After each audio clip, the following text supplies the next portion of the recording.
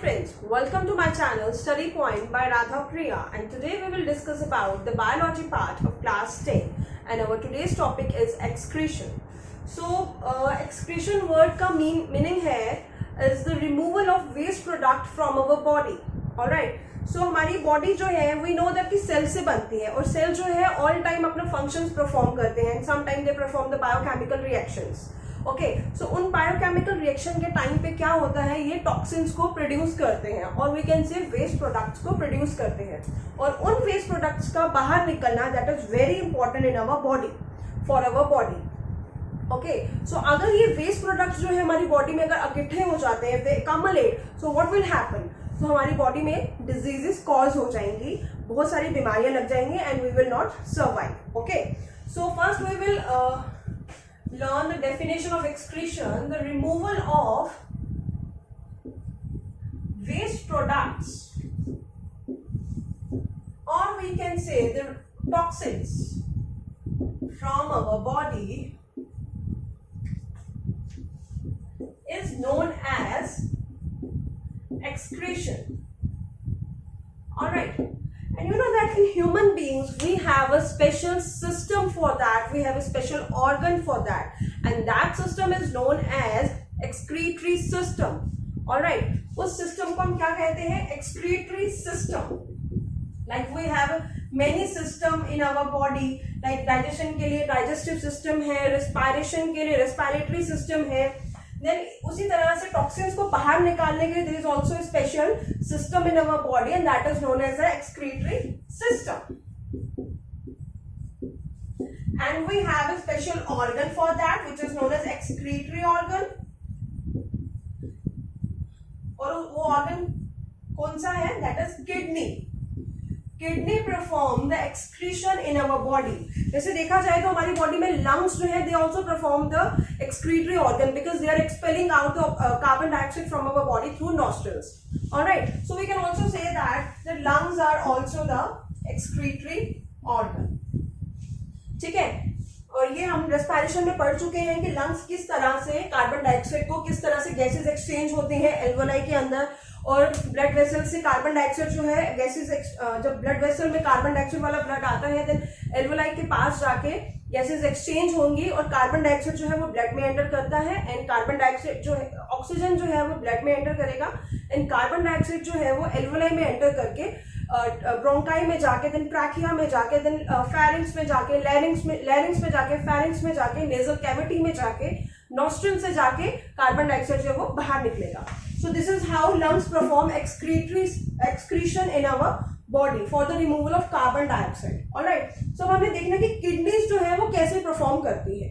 ठीक है, कैसे एक्सक्रीट करते हैं, किस चीज को बाहर निकालते हैं, बिकॉज कार्बन डाइऑक्साइड जो है वो बाहर चला गया हमारी बॉडी से. नाउ अब ऐसे कौन से वेस्ट मटेरियल है जो हमारी बॉडी में रह चुके हैं. So we will discuss it later on. First we will discuss about the excretion in plants.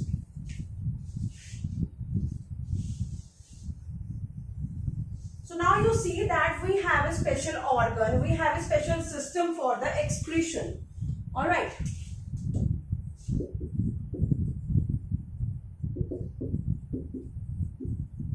लेकिन plants जो है they don't have special organ, special system for the excretion. उनके पास ना तो कोई स्पेशल सिस्टम है ना ही कोई सिस्टम है, even not even special, they don't have any system for that, they don't have any organ, specific organ कोई नहीं है जिसे वो एक्सक्रीट कर सकते हैं. सो सबसे पहली बात, वो जो प्लांट्स जो है वो टॉक्सिन्स रिलीज करते हैं बहुत स्लोली, बहुत ही स्लोली इनका प्रोसेस चलता है, स्लोली एंड स्मॉल क्वांटिटी में. ऑलराइट, सो प्लांट्स जो है एक्सक्रीट करते हैं स्लोली और स्मॉल क्वांटिटी में. Okay, so and they don't have any organ for that, so they are using different methods for excretion. अलग अलग टाइप मेथड से वो एक्सक्रीट करेंगे. तो सबसे पहले देखते हैं कि किन चीजों का एक्सक्रीशन होता है प्लांट्स की बॉडी में. सबसे पहले तो एज वी रीड कि रेस्पिरेशन में क्या निकलता है, waste product, carbon dioxide and water vapours. Alright, ये दो जो है ये वेस्ट प्रोडक्ट है रेस्पिरेशन के. एंड सेकेंड थिंग, जब वो अपना खाना बनाते हैं, अब हमारी बॉडी में भी यही होता है, हमारी बॉडी में कार्बन डाइऑक्साइड बाहर निकलता है रेस्पिरेशन में। अब हम जब खाना खाते हैं we also excrete the waste product food से। तो इनमें फूड प्रोडक्ट से क्या निकलता है? ऑक्सीजन। ऑक्सीजन जो है वो कब निकलता है? As we know that the plants are making their food with the help of photosynthesis in the presence of sunlight and chlorophyll. So photosynthesis का वेस्ट प्रोडक्ट क्या है? ऑक्सीजन। सो अब ये कहां से निकलेगा? प्लांट्स जो है कैसे एक्सक्रीट करेंगे, कहां से एक्सक्रीट करते हैं?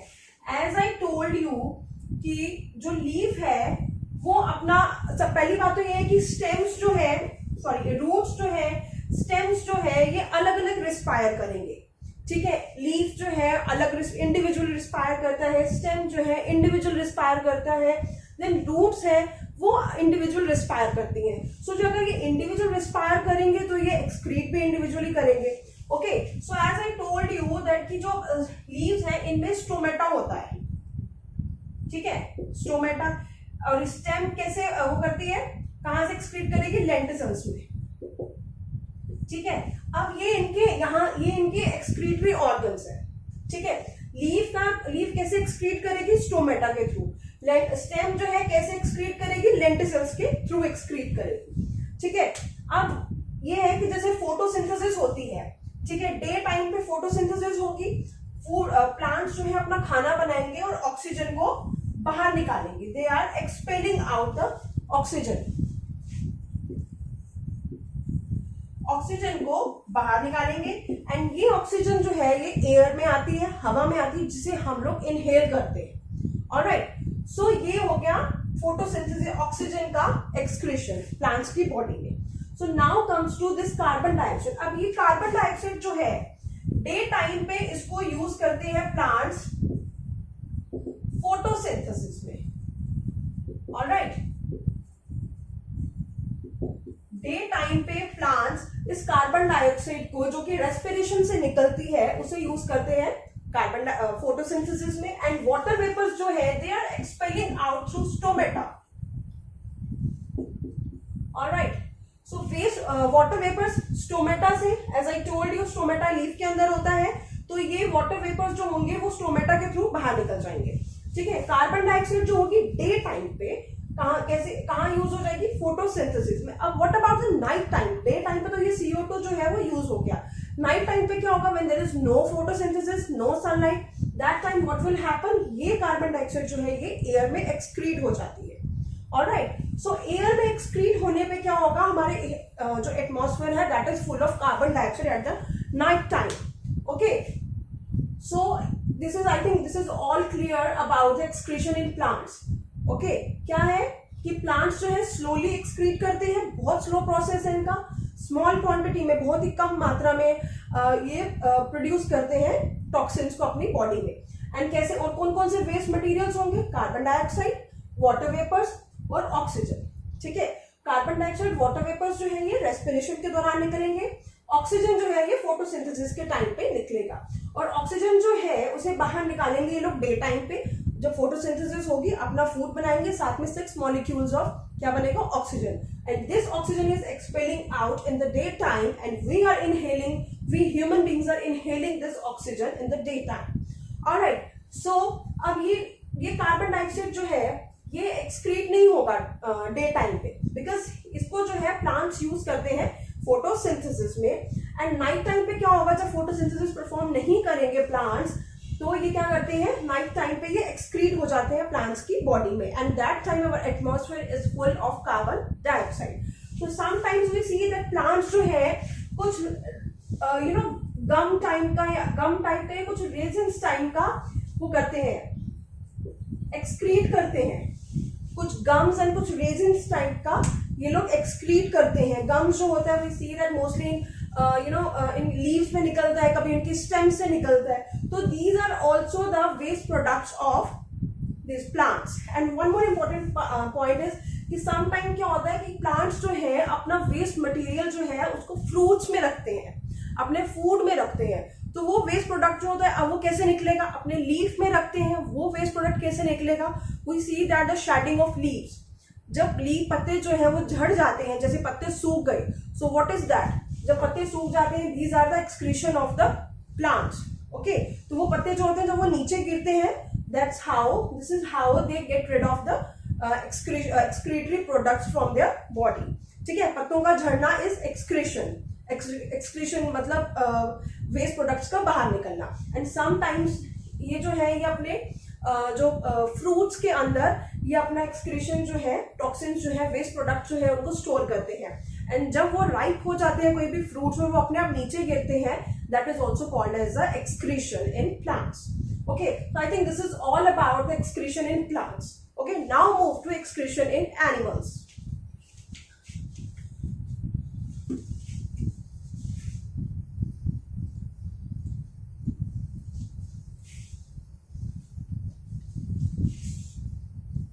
So in animals, we will first read about amoeba. Excretion in animals. ठीक है, पहले हम पढ़ेंगे अमीबा के बारे में. अमीबा जो है वो नो दैट इज यूनिसेलुलर. सो ये जो है ये कार्बन डाइऑक्साइड को कैसे बाहर निकालेगा? जो सी दैट वो रेस्पायर करता है.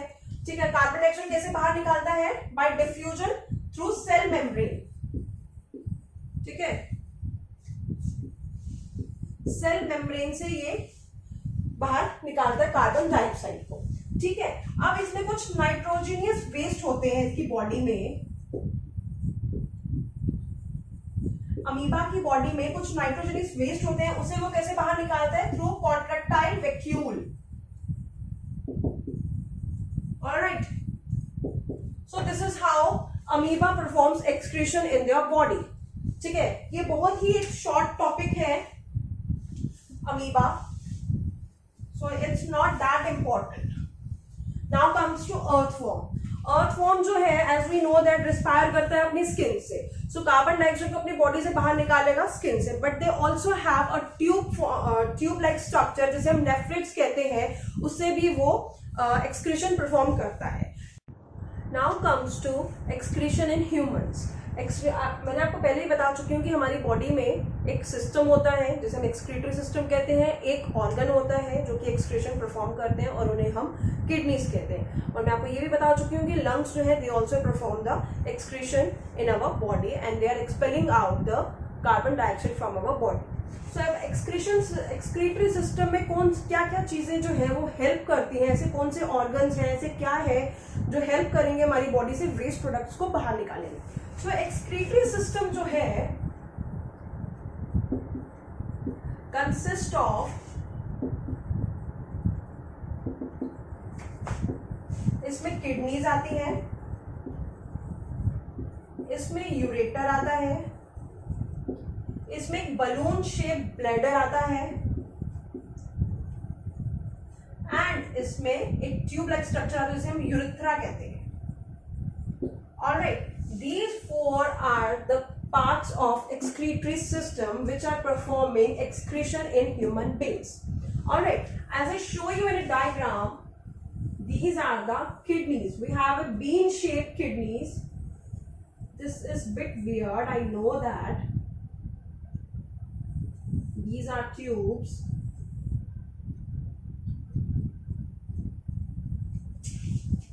Wait, I'll show you again.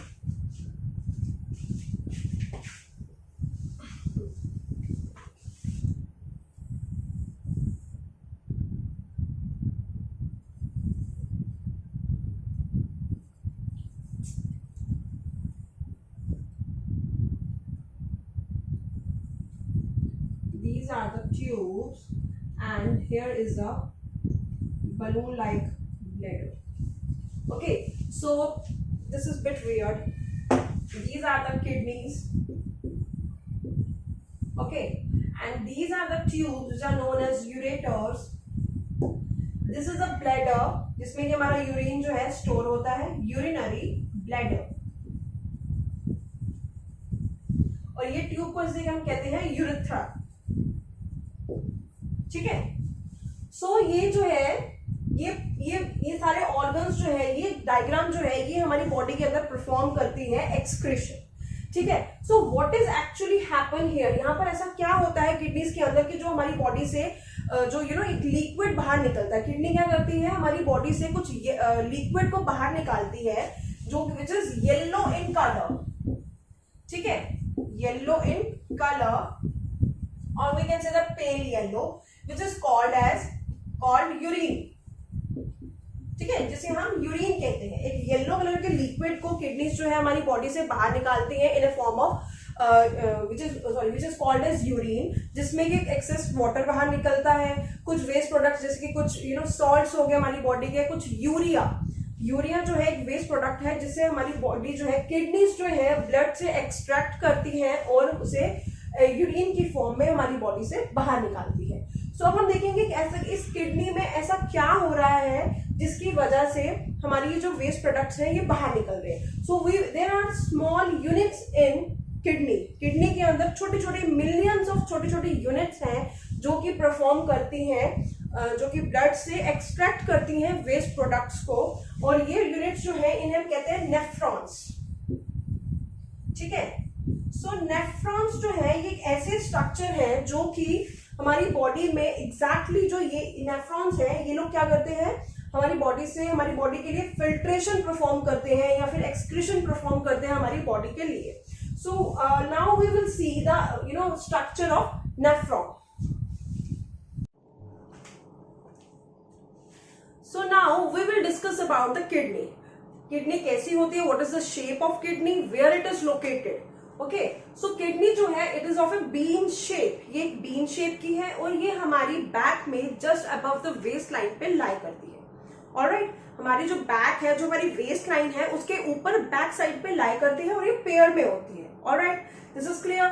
Now comes to inside the kidney. ऐसा क्या होता है जिसकी वजह से यूरिन फॉर्मेशन किडनी के अंदर होती है, ठीक है। Now you can see there are structure here, and I told you that there are the millions of structure units inside the kidney, ठीक है, जिसे हम क्या कहते हैं, नेफ्रॉन्स कहते हैं। So now we can see here the structure of a nephron. You can see here a cup shape. आपको एक कप शेप यहाँ पर नजर आ रहा है। This is called a Bowman's capsule. Alright. Now this Bowman capsule का जो नीचे का पार्ट है, the lower end of Bowman's capsule, it is a tube-like structure. It is connected to a tube-like structure which is known as a tubular.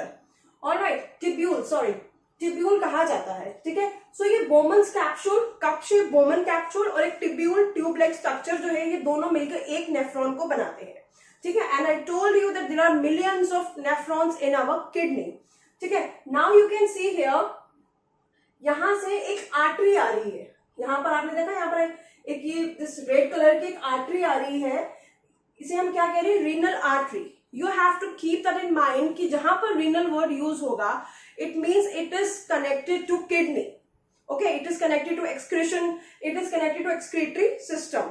सो जहां पर cardiac word use होगा, okay, cardiac word जहां use होगा it means it is related to heart, it is related to circulatory system. So this word renal word indicates that it is somewhere connected to kidney. So यहाँ पर artery है and you know that artery always carry dirty blood. Okay, the blood in artery is never purified. So ये dirty blood जो renal artery जो है ये dirty blood को लेके आ रही है। It means इसके अंदर जितनी भी हमारे toxins जो produce हुए हैं, जो cells ने toxins को produce किए हैं बायोकेमिकल रिएक्शन के टाइम पे, वो सारे ये आर्टरी जो है ये लेके किडनी में एंटर कर रही, ठीक है। नाउ इज आपने ये देख रहे कप शेप के अंदर यहाँ पर एक बंडल है, बंडल ऑफ कैपिलरीज है। ऑलराइट, ये बंडल ऑफ कैपिलरीज जिसे हम क्या कहते हैं, ग्लोमेरुलस। ऑलराइट, तो ये बंडल ऑफ ग्लोमेरुलस जो है आप देख रहे हो कि इसका एक एंड जो है ये कनेक्ट है इस आर्टरी के साथ, ओके। इस आर्टरी के साथ ग्लोमेरुलस का एक एंड जो है वो कनेक्ट है और दूसरा एंड जो है ये कहां से कनेक्ट है, ये बोमन कैप्सूल से होता हुआ टिब्यूल को सराउंड करता हुआ ये वेन में, रेनल वेन में एंटर कर रहा है। And we know that vein always carry purified blood, ठीक है। आप देख रहे हो ना कि जैसे suppose this is a artery and this is a capillary, ठीक है, ये आ रही है, यहाँ पर कैपिलरी होगी एंड यहाँ से वेन जो होती है कनेक्ट होती है। सो आर्टरीज और वेन्स कैसे कनेक्ट होते हैं, they are connected with capillaries. जो इनका जो मीडिएटर है दैट इज कैपिलरीज जो है वो मीडिएटर है आर्टरीज का और वेन्स का। सो आपने देखा कि ये दूसरा एंड जो है बोमन्स कैप्सूल का वो ग्लोमेरुलस का वो बोमन कैप्सूल से होते हुए टिब्यूल को सराउंड करता हुआ रीनल वेन में एंटर कर रहा है। ओके, सो यहाँ पर अब हमें ये समझ आ रहा है कि ब्लड जो है वो आर्टरी से निकला, मतलब प्यूरिफाइड गंदा ब्लड जो था, जो टॉक्सिन वाला जो ब्लड था, अब वो वेन में एंटर कर गया। मतलब वेन में ऑलवेज कैरी, आपको पता है कि अच्छा ब्लड, साफ ब्लड, क्लीन ब्लड होता है। तो इट मीन्स यहाँ पर ही इसी एरिया में, इस नेफ्रॉन के अंदर ही कुछ ऐसा हुआ है जो ब्लड जो है वो प्यूरिफाई हुआ है और टॉक्सिन जो है वो कहाँ आ गए हैं, यूरिन कलेक्टिंग डक्ट में आ गए हैं। ओके, सो ये टिब्यूल जो है, I forget to tell you, ये टिब्यूल जो है ये किसके साथ कनेक्ट होता है, इसका लोअर एंड यहाँ पर एक डक्ट है which is known as urine collecting duct, जहां पर हमारा यूरिन बनता है। तो इट मीन्स इसी एरिया में कुछ प्यूरिफिकेशन हो रही है जिसकी वजह से हमारा ब्लड भी प्यूरिफाई हो रहा है और हमारा जो हमारे बॉडी के जो टॉक्सिन्स हैं वो किडनी के अंदर एंटर कर रहे हैं। ठीक है, अब हम इस नेफ्रॉन का एक मैग्नीफाइड स्ट्रक्चर देखेंगे। हियर इज इट, ये एक नेफ्रॉन है और आपको ये देख रहे हो, ये इसका ये एरिया है, ये पूरी इसकी एक डायग्राम है। ऐसे मिलियंस ऑफ नेफ्रॉन्स जो है हमारी किडनी के अंदर प्रेजेंट होते हैं। So as I told you, this cup shape is Bowman's capsule, this is a tubule. So this is tubule, this is also called as loop of Henle. ठीक है, now this is here this blood is coming down, so we can say this descending loop of Henle. ठीक है, इसे हम क्या कहेंगे, वैसे तो ये आपको बड़ी क्लासेस में जाके पढ़ना है, but still I am telling you, just introducing these words, this loop of Henle. Now this blood is coming down, so we call it descending loop of Henle. Now here the blood is going up, so we call this ascending loop of Henle. And it enters into a tube-like structure which forms a duct. Here is a urine collecting duct. Here is it. Okay, this is a urine collecting duct. And with this, here is this is an opening where the other nephron is connected with this nephron. All the nephrons are connected with each one, and this is the place where other nephrons are connected with one nephron. Okay. So यहाँ पर क्या हो रहा है, as I told you that this is a tubule. So this tubule is known as a proximal tubule. Now this tubule is known as a distal tubule. Okay, समझ आया? Now as I told you, जो end जो है glomerulus का किसके साथ attach है, renal artery के साथ. So this is the this is the dirty blood. Okay, this is it means it is a renal artery. Alright, so ये एक रीनल आर्टरी है जो कि गंदा ब्लड लेके, जो कि टॉक्सिन्स फुल ब्लड लेके हमारे किडनी के ग्लोमेरुलस में ऐड कर आ रही है, एंटर कर रही है। ठीक है, नाउ ये एंटर करी, अब आप देख रहे हो यहाँ से arrow, as I show you that these arrows are towards the Bowman's capsule. So ये जो जितना भी ये जो ब्लड है ये कहाँ एंटर करेगा, बोमन्स कैप्सूल में। ओके, जितना इस ब्लड में हमारे टॉक्सिन्स भी है, हमारे यूजफुल सब्सटेंसेस भी हैं, ठीक है, जो हमारी बॉडी को चाहिए। बट ये जो आर्टरी है ये इसको लेके आ रही है नाउ ग्लोमेरुलस में। ग्लोमेरुलस जो है अब इसको बोमन कैप्सूल में इसको ट्रांसफर कर रहा है। नाउ बोमन कैप्सूल से ये कहाँ एंटर करेगा, प्रॉक्सिमल ट्यूब्यूल में और असेंडिंग लूप ऑफ हेनल में। ठीक है, now it is going down, we call it descending loop of Henle because it is going down. So जब हमारा जो ब्लड है जब वो यहाँ पहुंचेगा तो यहाँ क्या होगा, जितनी भी ग्लूकोज, अमाइनो एसिड, सॉल्ट, जितना भी वाटर है वो दोबारा एब्जॉर्ब हो जाएगा, ब्लड जो है उसको दोबारा एब्जॉर्ब करेगा। ठीक है, वो आ रहा है, कॉन्टिन्यूसली चल रहा है, लेकिन ब्लड ने इस पॉइंट में आके क्या किया, दोबारा उन चीजों को एब्जॉर्ब किया, एक्सेप्ट यूरिया को छोड़ के, और जितने भी टॉक्सिन्स थे उनको छोड़ के, जितनी भी यूजफुल चीजें थी ब्लड ने उनको दोबारा रीएब्जॉर्ब करा। ऑलराइट, सो रीएब्जॉर्ब करने के बाद व्हाट विल हैपन, अब ये जितना भी ब्लड ने इसको रीएब्जॉर्ब किया ये कहाँ जाएगा। मैंने आपको बोला था कि ये जो टिब्यूल जो है it is surrounded by blood capillaries. आपको मैंने बोला था ये जो टिब्यूल है ये सराउंडेड बाय ब्लड कैपिलरीज, और यहां से these are the blood capillaries, you can see here, these coil form are the blood capillaries। यहां से जो ब्लड कैपिलरीज है वो एंटर करेंगे, यहां से जितना भी जो रीएब्जॉर्ब किया ब्लड में, दोबारा जितने भी यूजफुल सब्सटेंसेस हैं जो कि ब्लड ने एब्जॉर्ब किया वो एंटर करेंगे ब्लड कैपिलरीज में, एंड देन वो हमारी बॉडी में चले जाएंगे। और ब्लड कैपिलरीज में कौन सा ब्लड होगा, हमारा क्लीन ब्लड। ऑलराइट, सो जितना भी क्लीन ब्लड है वो ब्लड कैपिलरीज में एंटर करके वेन में एंटर कर गया, रिनल वेन में एंटर करके हमारी बॉडी में चला गया। नाउ अब यहाँ पर जो हमारा वेस्ट मटेरियल जो यूरिया बचा है वो कहाँ जाएगा, वो जाएगा यहाँ पर असेंडिंग लूप ऑफ हेनल में, देन जाएगा डिस्टल ट्यूब्यूल में, देन वो एंटर करेगा यूरिन कलेक्टिंग डक्ट में. ठीक है, यूरिन कलेक्टिंग डक्ट जो है आगे किसके साथ कनेक्टेड है? Connected with a balloon shaped bladder which is known as a urinary bladder. Alright, so urinary bladder जो है आगे एक और ट्यूब होती है which is known as urethra. और हम लोग जब भी हमें यूरिन पास करना होता है तो हमारा जो ब्लड है यहाँ पर ऑलवेज रहता है. जब भी यहाँ पर ब्लड जो है, सॉरी, जो यूरिन है यहाँ से बन के पूरा यहाँ से होके हमारे ब्लैडर में स्टोर रहता है until we go to washroom. ठीक है, जब तक हम वॉशरूम में नहीं जाएंगे तब तक हमारा जो ब्लड है, सॉरी, जो यूरिन है वो ब्लैडर में स्टे करता है.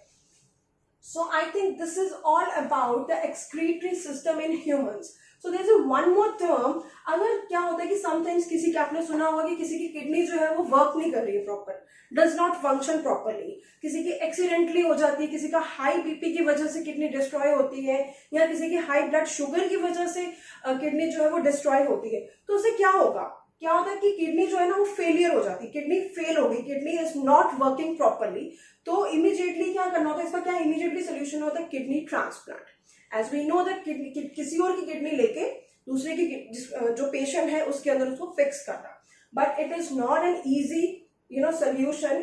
इसके लिए बहुत टाइम चाहिए, इसके लिए प्रॉपर एक पर्सन चाहिए, एक हेल्दी पर्सन चाहिए जो कि अपनी किडनी को ट्रांसप्लांट करवा, अपनी किडनी डोनेट कर सके.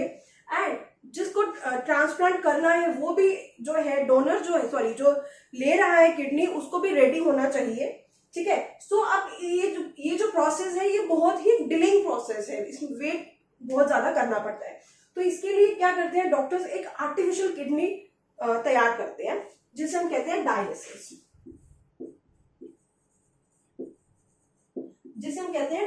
इसमें क्या होता है? एक आर्टिफिशियल किडनी है ये, it works as a artificial kidney. और इसमें क्या होता है कि इसमें कुछ ट्यूब्स डाल के, कुछ यहां से from the arm, artery of arm, बाजू की आर्टरी में क्या किया जाता है कि ब्लड, कुछ इनके जो भी इनके जो इंस्ट्रूमेंट है उसको डाल के हमारी बॉडी के जितने भी जो वेस्ट प्रोडक्ट्स होते हैं, न्यूट्रिजिनियस गैसेस होती हैं, उनको बाहर निकाला जाता है, यूरिया को बाहर निकाला जाता है. तो इस टर्म को हम कहते हैं dialysis and also called it artificial kidney.